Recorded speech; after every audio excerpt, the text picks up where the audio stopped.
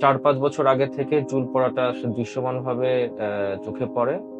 আমি নানা রকম পদ্ধতি বলতে সিরিয়াস এই হেয়ার ফ্রি হেয়ার গ্রোর মতো কখনো কোনো পদ্ধতি নেইনি, বাট মিনোক্সিডিল নিজে থেকে ইউজ করেছে।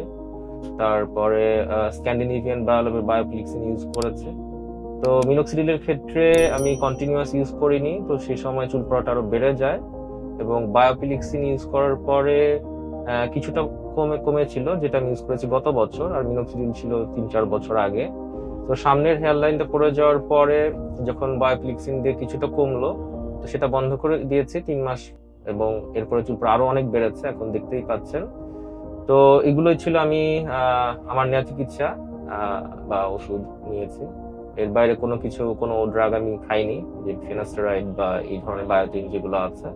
তো যেহেতু চুল পড়ে যাচ্ছে এবং কনফিডেন্স প্লাস দেখার একটা ব্যাপার আছে, তো আমি সিদ্ধান্ত নিয়েছি যে হেয়ার ট্রান্সপ্লান্ট করার।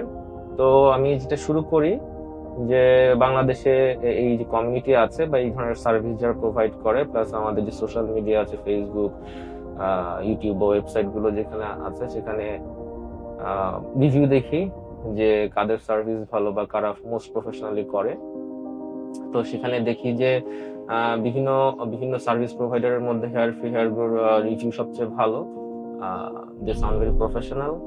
তো সেখান থেকেই এনাদের সাথে যোগাযোগ করি এবং তাদের প্রাথমিক যে সার্ভিস, তাদের যে প্রাথমিক অ্যাসেসমেন্ট, সেটা ভালো লাগে। এবং আলটিমেটলি আগামীকাল সার্জারির সিদ্ধান্ত নিয়েছি স্যাফায়ার এফইউ এর মাধ্যমে। এবং ডাক্তাররা বলেছেন যে 4000 থেকে 4500 গ্রাফট লাগতে পারে প্রাথমিক স্টেজে। পরবর্তীতে তারা আরো কিছু গ্রাফট সাজেস্ট করেছেন।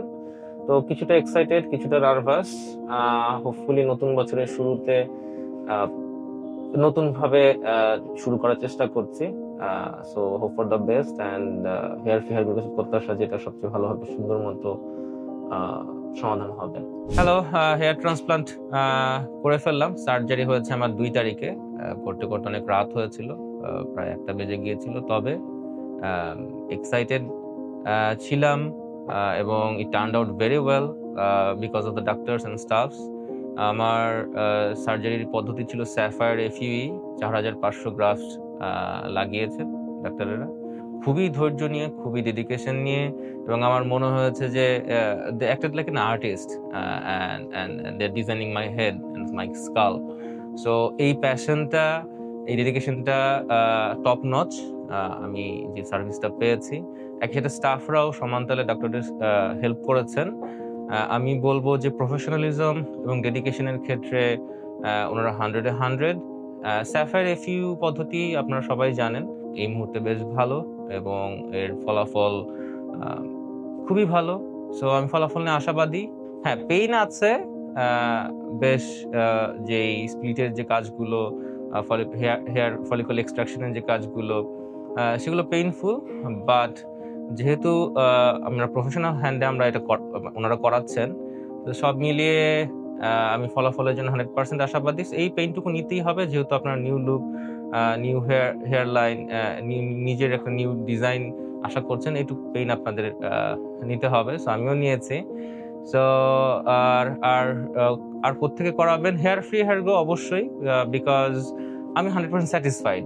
আমি প্রায় 12 ঘন্টা এই যে ওটিতে ছিলাম। আমার যেটা ভালো লেগেছে, আবারও বলছি, যে ডেডিকেশন এবং প্যাশনের জায়গা থেকে ডাক্তার এবং স্টাফরা 100-এ 100 top notch. So go for hair free hair grow and get new look.